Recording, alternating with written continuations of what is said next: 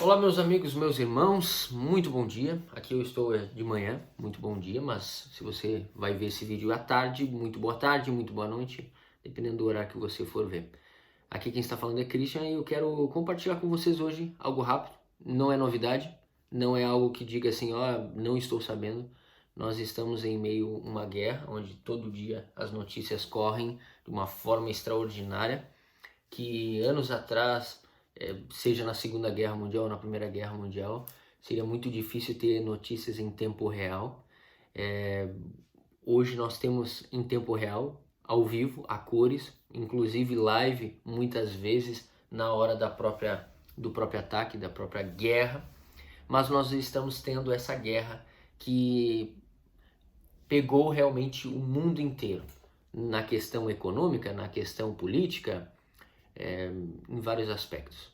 Então é uma guerra que não envolve somente a Rússia, não envolve somente a Ucrânia, mas é uma guerra de todos nós. Porque quando nós compreendemos o tamanho dessa guerra, o tamanho de todo este enredo, nós vamos ver que o mundo inteiro está sofrendo com isso. Então, nós vamos ver, vai muito além, é algo complexo, poderíamos dizer, por um lado, e por um outro lado, poderíamos dizer, é algo realmente que tem que acontecer, é algo que está acontecendo.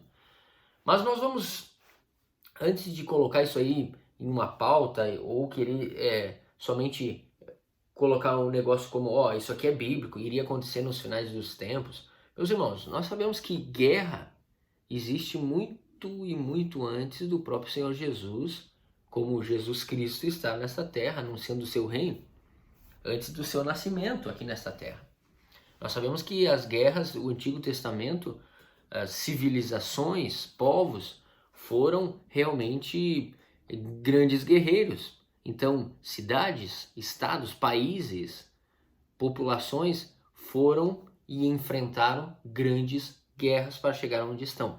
A questão é que nenhuma dessas guerras nunca conseguiu trazer a verdadeira paz, porque há consequências ao longo dos anos de sofrimento, onde de vidas que são ceifadas, mortas, pessoas inocentes são atacadas, são mortas. Há um grande sofrimento em toda a guerra. Então, não podemos dizer, ó, vitória deste lado, vitória daquele lado, porque toda guerra há sofrimento.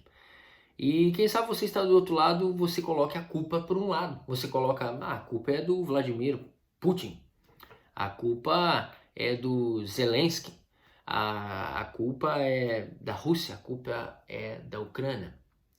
Seja Volodymyr Zelensky ou Vladimir Putin, eu quero dizer que guerra é guerra.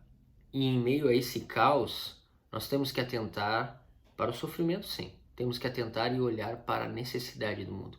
Então, se você não consegue compreender o tamanho da gravidade de tudo isso, é bem possível que você esqueceu a palavra compaixão, você esqueceu a palavra misericórdia, você esqueceu a palavra amor ao próximo.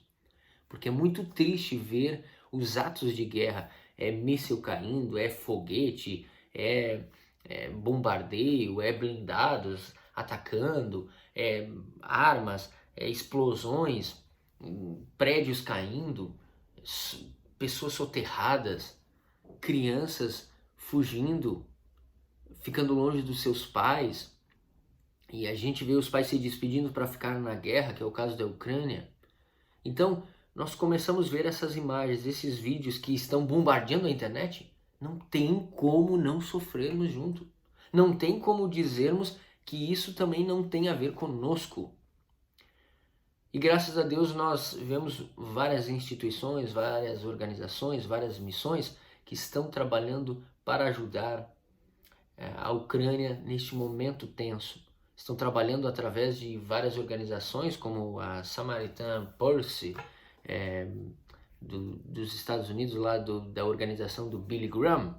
Então, nós vamos ver várias outras organizações que estão realmente fazendo um lindo trabalho, ajudando com alimentação, ajudando com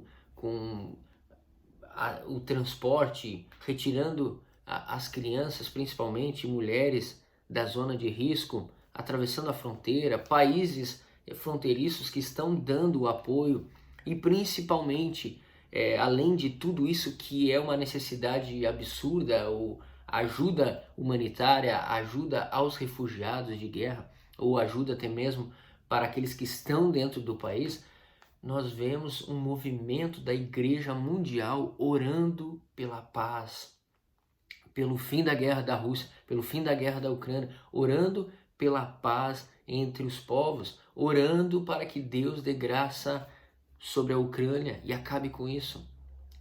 Meus irmãos, meus amigos, eu conheço irmãos preciosos ucranianos e eu sei que são homens e mulheres de Deus, jovens de Deus, e que jamais gostariam de ter que enfrentar isso, mas estão enfrentando. E não há sombra de dúvida, não há dúvida nenhuma que não estão satisfeitos com uma guerra jamais.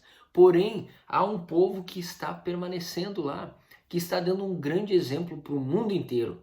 Então, quando a gente olha aí, Volodymyr Zelensky, todo o trabalho que ele está fazendo, e mesmo ficando lá sendo uma formiguinha perante o grande exército da Rússia, nós vamos ver a coragem desse homem, realmente uma coragem incrível.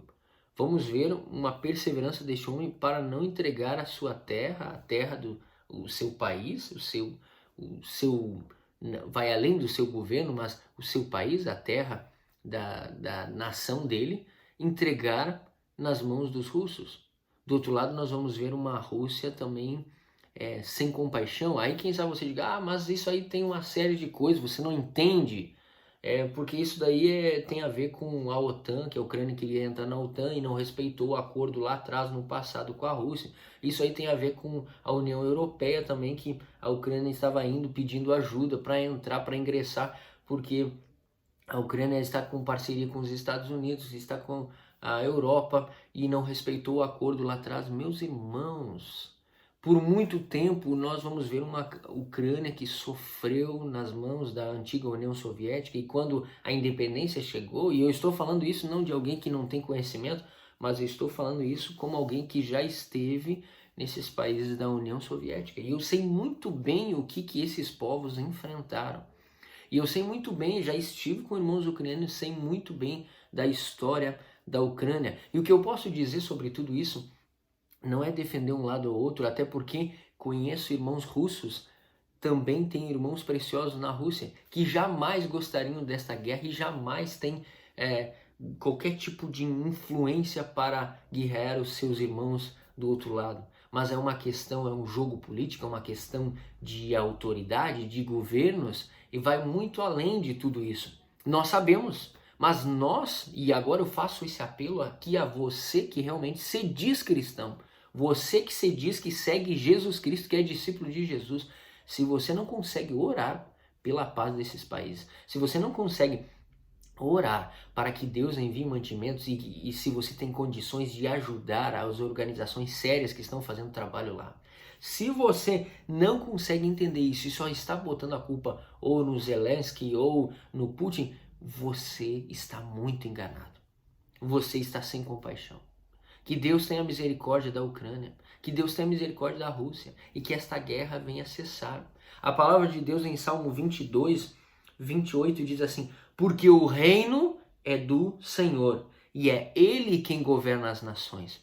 Então nós vamos ver um ataque, de certa forma bruto, de certa forma não, totalmente bruto, um ataque terrível do governo russo, amando ou fazendo as ordens do seu atual líder, atacando pessoas inocentes. Não, mas por causa da briga de acordos, de territórios, de situações.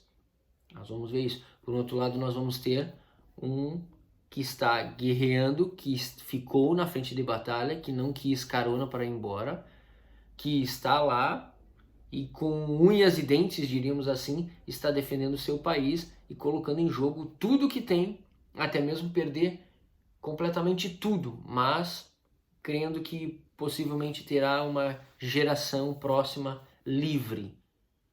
Então nós vemos dois grandes problemas.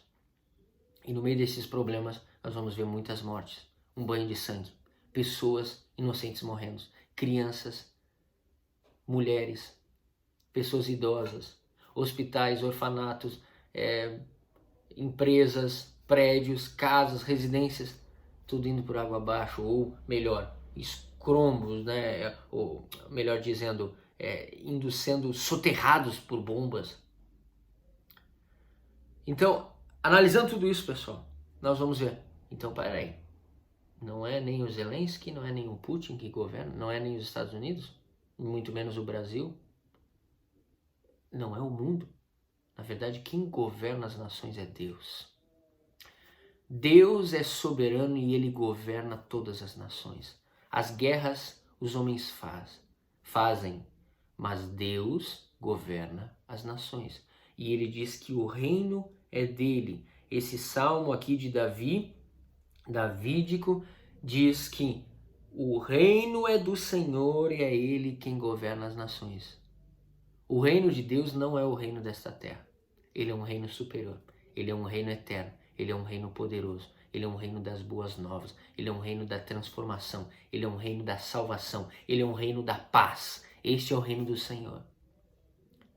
E o governo do Senhor não é o governo dos homens falhos, que por mais que possam ter uma grande coragem e realmente um momento heróico, um momento de um homem que presta uma perseverança, um amor ao povo, mas o reino de Deus e o governo de Deus não é também desse. Mas o reino de Deus, o governo de Deus não é de alguém também que lidera com força bruta, com um grande, poderoso exército. Esse não é o reino nem o governo de Deus. A palavra de Deus diz, porque o reino é do Senhor, ou seja, o reino de Deus, tudo que há é de Deus e Ele governa as nações. Deus está escrevendo a história das nações. Os homens, devido ao pecado, destroem uns aos outros. O pecado adâmico, desde Adão, ele é um pecado que vai somente destruindo a natureza humana. E cada vez a natureza caída, afastada da glória de Deus, ela se destrói. Mas o reino de Deus é inabalável. E Deus governa todas as nações. Com Deus há esperança. Então, o meu papo com você aqui é: olhe para Deus. Faça o que está à sua disposição, ao seu alcance. E principalmente, ore pela paz desses povos, desses países. Ore pela Ucrânia.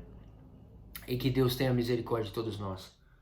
Mas não esqueça, o reino é do Senhor. Ele governa as nações. Aqui, essa palavra aqui, nações no hebraico, está apontando para a mesma palavra de povos, onde no Novo Testamento nós vamos entender de Pantatethne. Então, todos os grupos de povos, todos os povos, as nações pertencem a Deus. Então, seja no que os homens lutam pela questão geográfica, de territorial, ou até mesmo pela própria população em povos diferentes, etnias diferentes, dialetos, idiomas, tudo é de Deus. Deus governa todas as coisas. Então, a Igreja de Cristo, os irmãos em Cristo espalhados pela face da terra, estão orando. Deus faz grandes coisas. Oremos, meus irmãos.